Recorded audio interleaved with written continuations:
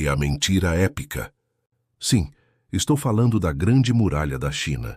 Hoje vamos olhar para um dos maiores ícones da humanidade, algo que todo mundo pensa que conhece, mas que esconde uma verdade chocante. Você a vê em fotos, em filmes e logo pensa: que obra de engenharia incrível, a maior estrutura defensiva da história. Mas e se eu te disser que quase tudo o que você sabe sobre ela é uma grande mentira? Que a muralha é, na verdade, o maior fracasso militar de todos os tempos, e que o segredo por trás da sua construção é algo que você come no dia a dia? Fica comigo até o final, porque o ponto inédito de hoje vai te deixar de queixo caído.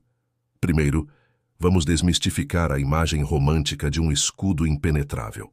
A Grande Muralha, a maior construção da história humana, falhou, e falhou miseravelmente em seu propósito principal de defesa.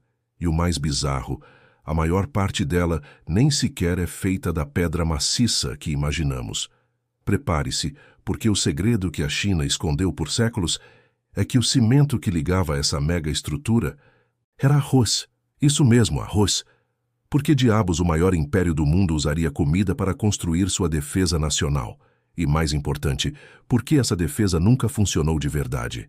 Vamos mergulhar fundo nessa história. Esqueça aquela imagem de rochas perfeitamente talhadas e alinhadas. A muralha foi construída em grande parte com tijolos de barro cozidos.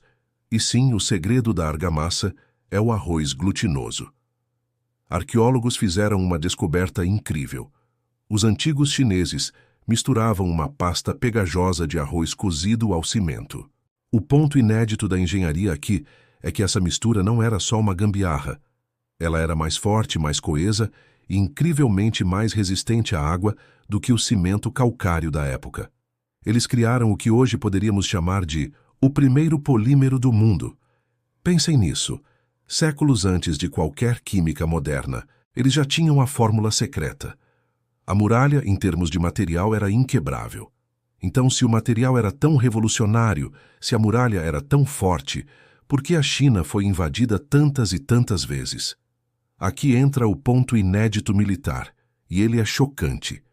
A muralha falhou não por causa da engenharia, mas por causa dos seres humanos.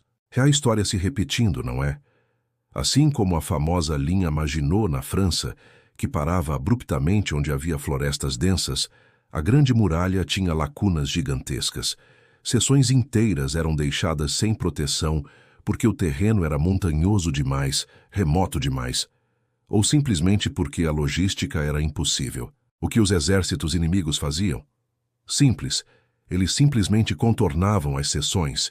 E pior, o ponto inédito da corrupção é que subornar o guarda da fronteira era muito, mas muito mais fácil e barato do que tentar derrubar um muro de arroz e barro. Quantos buracos essa corrupção abriu na defesa? Muito mais do que qualquer canhão inimigo poderia fazer. A ideia de uma linha defensiva contínua era mais uma lenda do que uma realidade. Mas a história da muralha fica ainda mais sombria. Ela é frequentemente chamada de o maior cemitério do mundo. Milhares, talvez milhões, de trabalhadores, soldados e até exilados morreram durante sua construção. Condições desumanas, fome, doenças, esgotamento. A vida humana valia muito pouco perto do sonho imperial.